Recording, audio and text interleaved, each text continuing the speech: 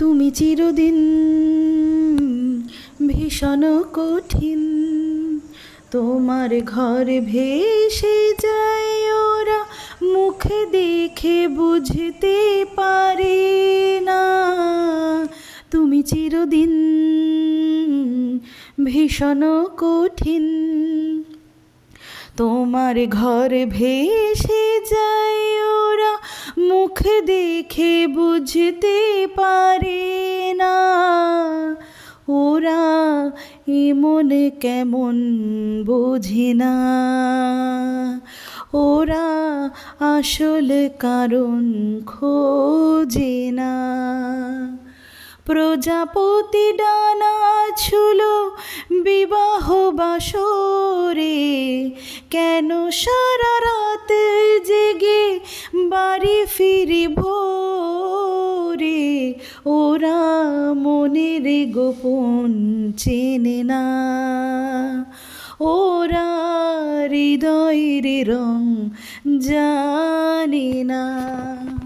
খুব পছন্দের একটা গান, চেষ্টা করলাম, গলার অবস্থা খুবই খারাপ কিন্তু তাও চেষ্টা করলাম। আর হ্যাঁ, ফুলগুলো বলে দিই, ফুলগুলো কিন্তু নবনীতার গাছের ফুল। ওকে বলেছিলাম আমি যে তোমার গাছের সুন্দর সুন্দর কতগুলো ফুল আমাকে একটু পাঠিও, আমি আমার ব্লগে স্টার্টিংয়ে দেব।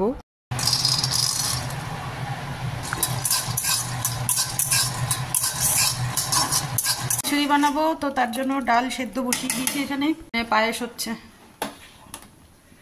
আর আলু ভাজার জন্য এখানে আলু ভাজা কেটে রেখেছি, আর আলুর দম হবে। Good morning, welcome back to my channel. রান্না দেখে বুঝেই গেছেন যে আজকে ঠাকুরের ভোগ হচ্ছে। আজকে উল্টো রথ, সবাইকে উল্টো রথের শুভেচ্ছা জানিয়ে আজকের ব্লগ স্টার্ট করলাম। যেহেতু সোজা রথে দিতে পারেনি, আমার বাধা পড়েছিল বলে ওই জন্য হয়ে ওঠেনি, তো ওই জন্য উল্টো রথে গোপালকে ভোগ দিচ্ছি আজকে রান্না হবে হচ্ছে খিচুড়ি, পায়েস, চাটনি, আলু ভাজা, আলুর দম আর একটু জিলিপি, ব্যাস। এই একদম ছোট্ট সামান্য একটু আয়োজন করছি, তার কারণ হচ্ছে মিস্টার দাসের 2টো থেকে ডিউটি। ভেবেছিলাম অন্ন টন্ন দেবো, কিন্তু আমি করে উঠতে পারবো না, ওই জন্য আর করলাম না।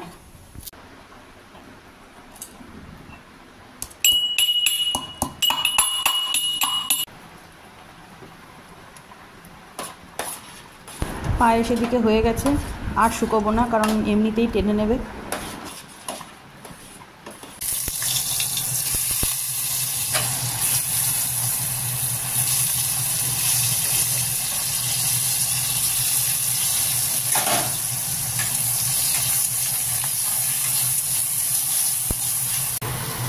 ভেবে তো ছিলাম কাশ্মীরি আলুর দম করবো, কিন্তু কাশ্মীরি আলুর দমের ভাই বোনই করি। মশলা কষানো, আলু দিয়ে সব কমপ্লিট। এরপর আমি কাজু বাদাম, চারমগজ আর হচ্ছে এমনি নর্মাল বাদাম মেয়ের একটা পেস্ট বানালাম, সেটা দিয়ে দিলাম। আর হ্যাঁ, একটুখানি পোস্ত।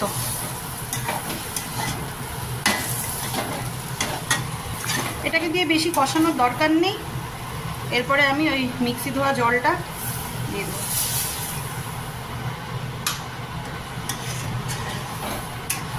দিয়ে কিছুক্ষণ ফুটবে, তারপরে অল্প একটু টেস্টের জন্য নারকেল দিয়ে নামিয়ে দেবো। দেখা যাক কী পদের হয় খেতে। হ্যাঁ, আমার ওদিকে রান্না বান্না মোটামুটি কমপ্লিট, সব গুছিয়ে নিয়েছি। এখন ঠাকুর ঘরে ঢুকবো, ঠাকুরকে স্নান করাবো, করিয়ে গোপালের জামাটা পাল্টিয়ে দেবো, দিয়ে ততক্ষণে এই দিকের খিচুড়িটাও নেমে যাবে। খিচুড়িটা নেমে গেলে পরেই মোটামুটি সমস্ত কিছু হয়ে যাবে। ফার্স্টে গোপালের একটু জামা বার করি। নতুন জামা তো নেই, পুরনো জামাই পরাতে হবে। আমারও আর খেয়াল নেই যে নতুন জামা কিনে আনতে হবে।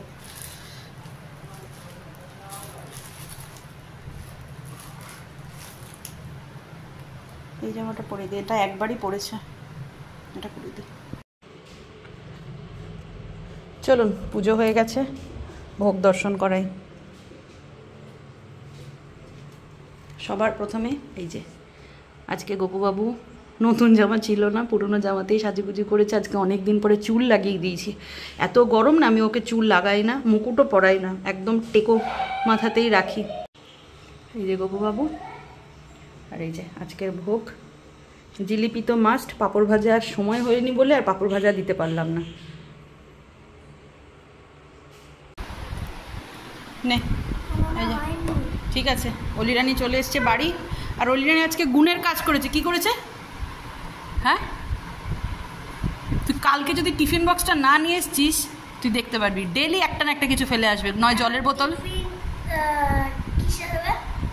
কিসে দেবো? টিফিন দেবো না কালকে, টিফিন দেবো না, ডেলি একটা না একটা ফেলে আসছে, নয় জলের বোতল, নয় পেন্সিল, নয় ইরেজার, নয় আজকে তো টিফিন বক্সটাই ফেলে এসছে।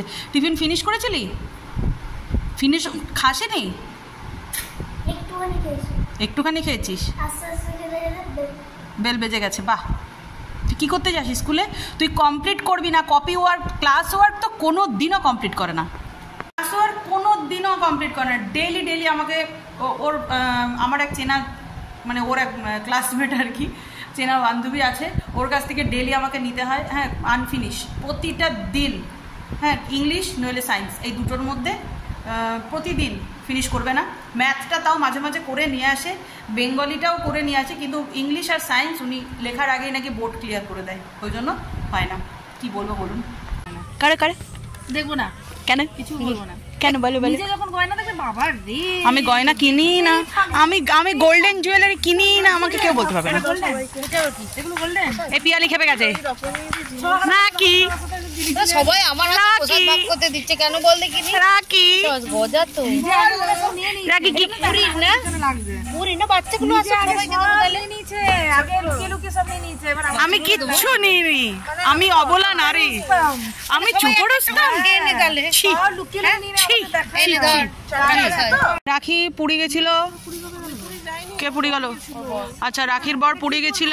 এটা তাহলে রাখ, বাচ্চাগুলোকে দেবো। এটাকে পিয়ালি এখন ভাবছে খেয়ে নেবো খেয়ে নেবো খেয়ে নেবো।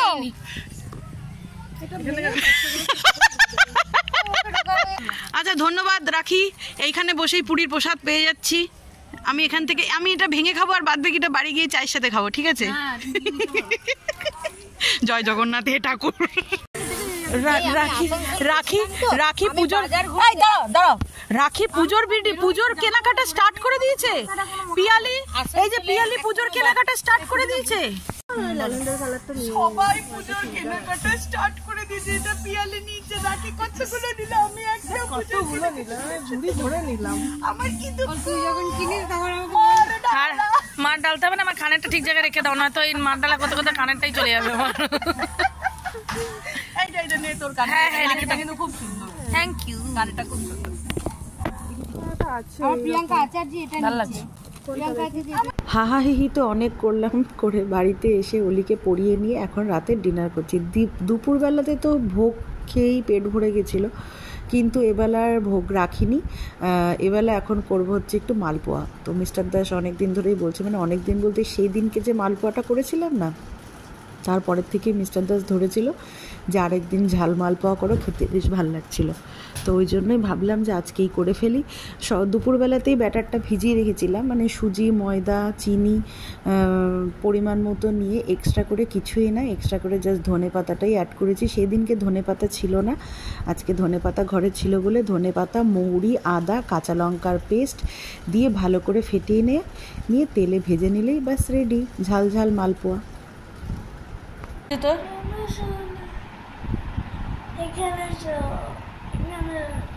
শুয়ে পড় যা,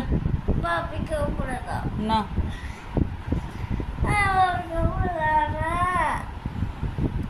চল যা।